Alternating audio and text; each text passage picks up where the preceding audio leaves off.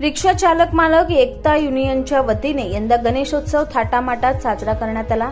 यंदा विशेष म्हणजे नवनियुक्त अध्यक्ष अविनाश कदम यांच्या नेतृत्वाखाली युनियनचा गणेशोत्सव अगदी वेगळ्या आणि विलक्षण पद्धतीने साजरा करण्यात आलाय।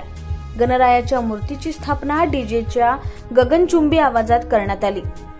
तसेच सत्यनारायणाची महापूजा आणि महाप्रसादाचेही आयोजन करण्यात आले होते, ज्याचा लाभ अनेक भाविकांनी घेतला। हे युनियनचे पहिले गणेशोत्सव होते।